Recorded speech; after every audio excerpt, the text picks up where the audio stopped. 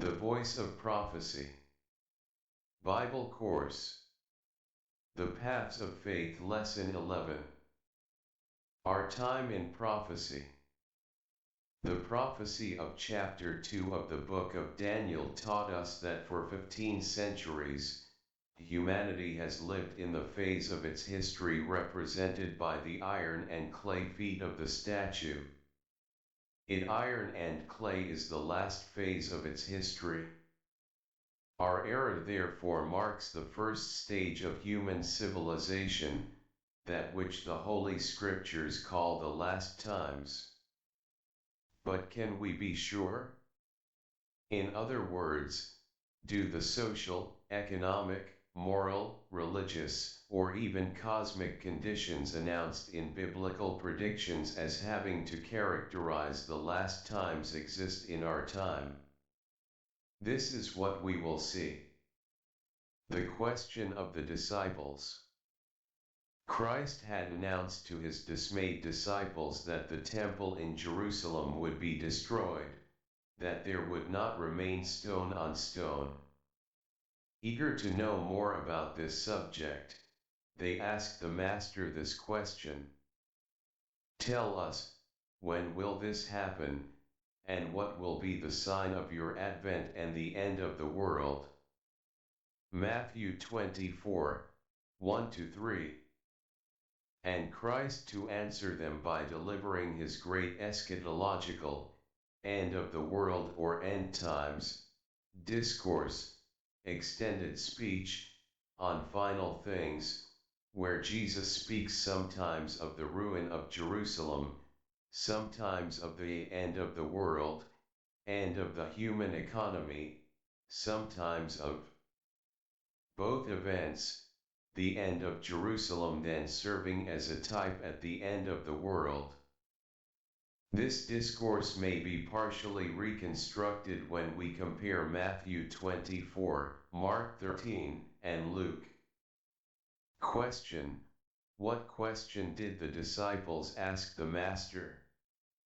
The signs of the times. Christ indicates in particular some warning signs of the end of the world, signs of the times intended to be signposts on the road of centuries and which, without revealing exactly the distance which separates us from the end, warns humanity of his approach. We have to be careful. To the main signs indicated by Christ, we will add some others drawn from the eschatological, end of the world, declarations which run through the writings of the apostles, particularly of St. Paul. The precursor signs of the end belong to two orders: signs in the natural order and sign in the human order. In the natural order, we must include celestial phenomena, earthquakes, and cataclysms. In the human order, it is necessary to group the signs which interest the social and economic world, the moral and religious world. Question: A. Why did Christ indicate warning signs? Question: B. What are the two orders to which these signs belong? Signs in the natural order. Christ predicted, immediately after these days of distress, psychological suffering, the sun will darken, the moon will no longer give its light, the stars will fall from the sky, there will be great earthquakes. Matthew 24:29, Luke 21:11, 25, Revelation 6:12-13, Isaiah 13:10. The days of distress mentioned here certainly represent the long period of religious intolerance that ended in the second half of the 18th century. As for the obscuration of the sun, a phenomenon of this nature occurred on May 19, 1780, in America. On this day, the sun actually darkens for several hours, leaving the crowds in amazement and fear. Good faith witnesses have given concordant relationships to this phenomenon. As for falling stars, they are becoming more and more numerous. The word of Jesus also predicted the resurgence of earthquakes in recent times. The realization of this prediction is striking dramatic. According to Forbes statistics, earthquakes, period, total, non-disastrous, disastrous, 17 centuries, before our AD era, 58, 54, 4, 0 to 900 A.D., 197, 162, 15, over 6 centuries, 901 to 1500 AD, 532, 488, 44, over 3 centuries, 1501 to 1800, 2804, 2704, 100, over half a century, 1800 to 1850, 3204, 3151, 53, in our 20th century, up to circa 1942, 2000, 1800, 200. Note: the 20th century was a century that began on January 1st, 1901 and ended on December 31st, 2000. It was the 10th and final century of the second millennium. Strictly speaking, it is distinct from the century known as the 1900s, which began on January 1st, 1900 and ended on December 31st, 1999. Question: what do you know about the frequency of earthquakes in the 20th century? Signs in the social and economic world. Our era is characterized by an essentially technical civilization, thanks to the marvelous discoveries of science and the dazzling progress of machinery. However, in the social and economic fields, it knows an unprecedented distress, because of the wars which destroy large quantities of necessary goods, financial disturbances which enrich the ones and ruin the others, struggles which engage capital and work. The prophet Daniel, alluding to the end time, predicted, 12:1, that it will be a time of trouble, such as there has not been since the nations have existed until our time. Christ also announces this general anguish when he says, Luke 21:11-25-26, there will be plagues and famines in various places. On earth, there will be anguish among the nations which will not know what to do, the noise of the sea and the waves, the men giving up the soul of terror while waiting for what will happen for the earth. St. James launches a scathing rant, harshly, noisy talk, against the bad rich, the profiteers, who will live in the last times, James 5:1-6. To you, now rich, cry and moan because of the misfortunes that will come upon you. Your wealth is rotten, and your clothes are eaten away by moths. Your gold and your silver are rusty, and their rust will rise up against you, and devour your flesh like fire. You have amassed treasures in the last days. Behold, the wages of the workers who have harvested your fields, and whose frustrations you have frustrated, shouting, and the cries of the harvesters have reached the ears of the Lord of hosts. You lived on earth in voluptuousness and delight, you satiated your hearts on the day of the carnage. You condemned, you killed the just, who did not resist you. Here is an invective, abusive language, that comes at the right time. It will be said written yesterday. Question A.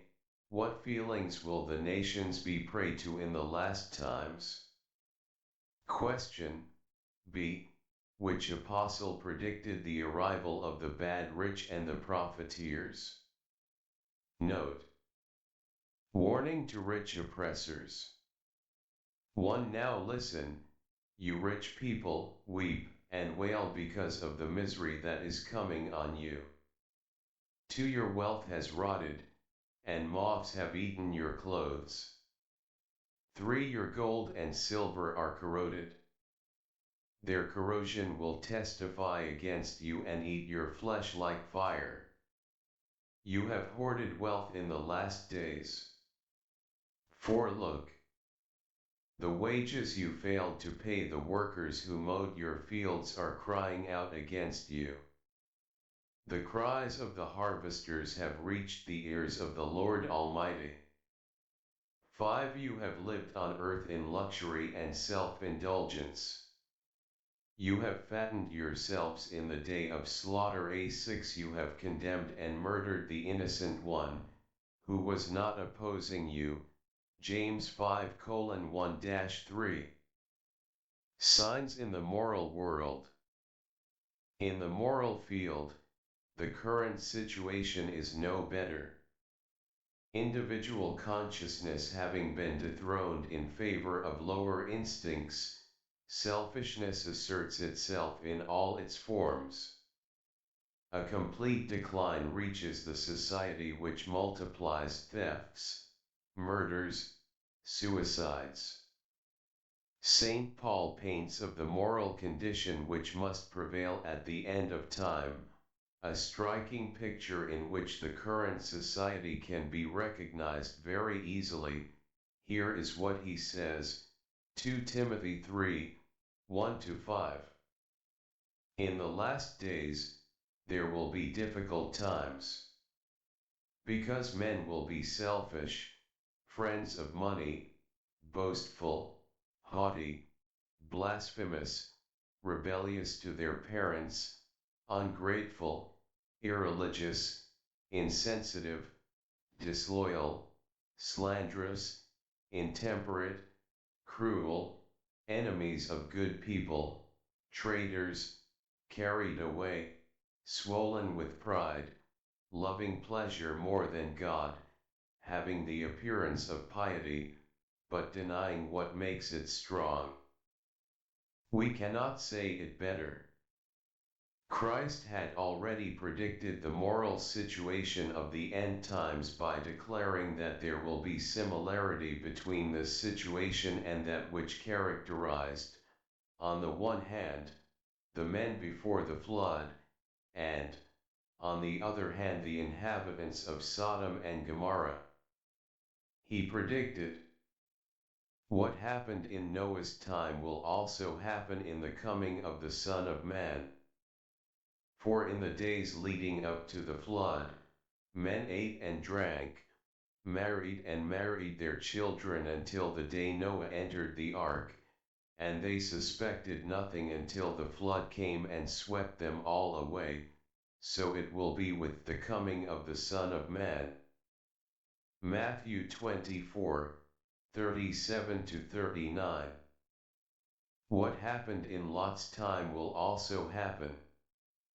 Men ate, drank, bought, sold, planted, built, But the day Lot left Sodom, a rain of fire and sulfur fell from the sky, and destroyed them all. It will be the same the day the Son of Man appears. Luke 17:28-30. We know that the moral condition of the antediluvians and the inhabitants of Sodom has always served as a model for characterizing the lowest and most immoral, evil behavior. Speaking of the antediluvians, Genesis sums up their conduct in 2 lines. 6:11 The earth was corrupt before God, the earth was filled with violence. And here are the terms which Genesis uses to describe the wanderings of the inhabitants of Sodom. 13:13, 18:20 The people of Sodom were wicked and great sinners against the Lord. And the Lord said, the cry against Sodom and Gomorrah increased and their sin was enormous. The comparison does not honor our times, but we must recognize its accuracy. Question A. Name some of the most characteristic faults of men living in the last times. Question B. To whom does Christ compare them? Signs in the religious world. In the religious field, one can note, on the one hand, an increase in disbelief, an upsurge of paganism, superstition, and false religions. On the other hand, the effort of a minority of Christians who remained attached to the Word of God to carry the gospel to the ends of the world. These 2 aspects are predicted to characterize the end times. The Apostle St. Paul, as we have seen, predicted that in the last days, men would be irreligious, loving pleasure more than God, having the appearance of piety, but denying what makes its strength. Christ announces the disappearance of charity and faith. Matthew 24:12, Luke 18:8, and the appearance of false prophets. Matthew 24:4, 5,11. Saint Peter, for his part, predicted the arrival of scoffers, mockers, and cynics, persons who believe all people are motivated by selfishness. 2 Epistles 3:4 In the last days there will come scoffers, mockers, with their taunts, provocations, walking according to their own lust, strong sexual desire, and saying, where is the promise of its advent? For since the fathers died, everything remains as it was from the beginning of creation. Finally, progress, which too often puts itself at the service of evil, also sometimes contributes to spreading good, since it comes to support the efforts of Christians in the dissemination of the teachings of the Holy Scriptures, by the word, the radio, the pen. This gigantic effort by a handful of believers fulfills the Lord's prediction to the letter, Matthew 24:14. This good news of the kingdom will be preached all over the world to serve as a witness to all nations. Then will come the end. Question A. According to Saint Peter, who will we see appearing more and more in the last times? Question B. But what will be brought to the attention of the whole world at the same time? The end is near. Our time is therefore clearly characterized in the predictions of Christ and the apostles, without counting those of the book of Daniel and of the Apocalypse, as deserving the designation of last times or times of the end. Events are rushing. The sight of the chaos to which humanity is drawn must remind us of the Master's word, "When you see all these things, know that the Son of Man is near, at the door." Matthew 24:33, Luke 21:28-33. Because the end of the present economy coincides with the return of the King of Kings. But when, how, and why does it return? This is what we will study in the next 2 lessons. Question A. What does the realization of the signs predicted by Christ and the apostles predict? Question B. With what event should the end of the present economy coincide? Do you have a comment on the lesson?